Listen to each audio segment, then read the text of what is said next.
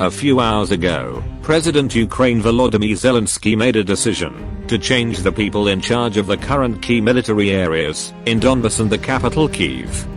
Specifically, Zelensky issued a statement: "In order to strengthen the defense capabilities of the capital and the Kiev region, I have appointed Hero of Ukraine, Commander of the Joint Forces Operation, JFO, Commander of the Donbass region, China, General Oleksandr Pavlyuk as the head of the regional military agency. Major General Eduard Moskalev, a patriot and professional, became the new commander of the JFO. As of the morning of March 16 local time, on the same day, Vietnam time, Russian forces, mainly paratroopers, controlled the satellite urban area of Irpin in the northwest of Kiev, conducted shelling to destroy the enemy forces' fortified defensive area of the Ukrainian side. To the east of Kiev, Ukrainian forces are entrenched on the Brovary-Boryspil route and sending extra reserves there." An advisor to the president of Ukraine said that the country's military began to conduct a number of counterattacks against Russian forces after 3 weeks of continuous siege. Ukrainian troops have begun to counterattack in several directions. This fact is drastically changing the battlefield situation, advisor to the president of Ukraine Mikhailo Podolyak on March 16 posted on Telegram. An unnamed Ukrainian official later said that the country's military launched counterattacks against Russian forces outside the capital Kiev in the city of Kherson, in southwestern Ukraine. Kherson was the only major Ukrainian city that Russian forces captured after 3 weeks of military operations. However, the Ukrainian artillery announced that they had officially retaliated against Russia for the attack on the Yavoriv training camp by striking at the currently occupied Kherson airfield. As is known, on March 13, the Russian Air Force fired a series of cruise missiles at the Yavoriv training center. 295 or 160 strategic bombers could have fired up to 30 Kh-101 long-range missiles. Kherson Airport, which is in Russian hands, was hit by a Ukrainian missile, causing heavy damage with many helicopters destroyed. The counterattack involved Ukrainian fighters, artillery, and tanks to cause casualties on the Russian army, instead of regaining territory. The above development happened shortly after Moscow declared complete control of the Kherson region. The attack was carried out very accurately on the right area of the Irpin and technical logistics area. Photographs taken afterwards clearly show what remains of the Russian helicopters. Thus, this is the second time that Ukrainian missiles have hit the airport being used by the Russian army. Last month, there was a similar attack and destroyed the Russian Su-30SM multi-role fighter right on the runway.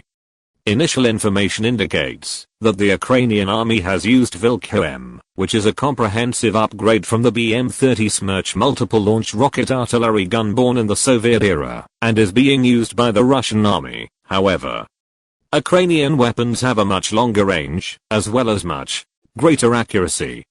The Vilk-M complex can launch all 12 missiles in just 45 seconds. The total weight of the shell is 1,000 kilograms. It reaches a range of 70 kilometers if fitted with a 250 kilogram warhead, or 120 kilometers if reduced warhead down to 170 kilograms.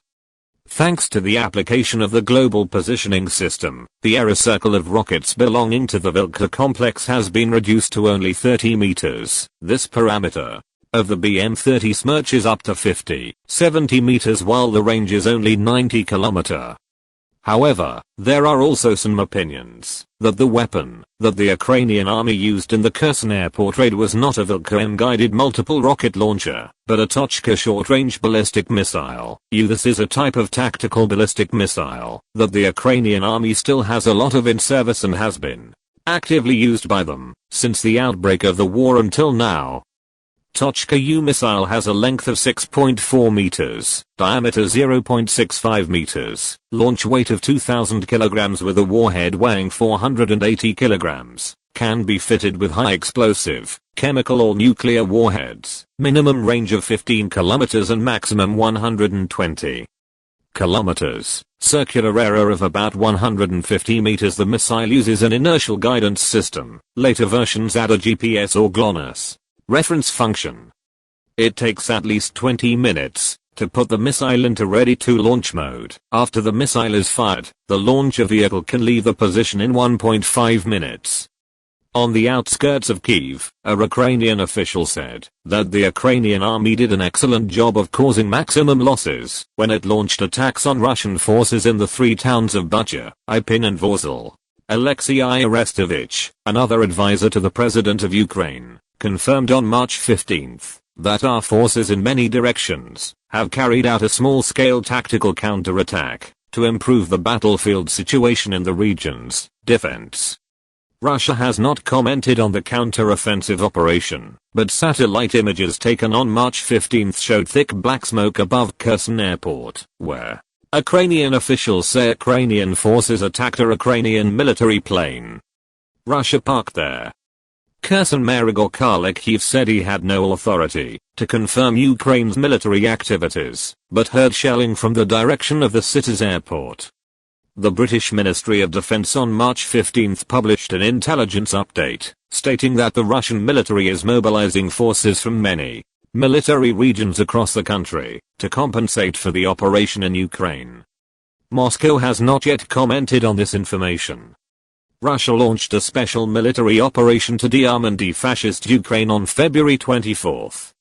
Over the past 3 weeks, Russian forces have captured a number of important targets, repeatedly besieging Ukrainian troops in strategic cities, including the capital Kiev.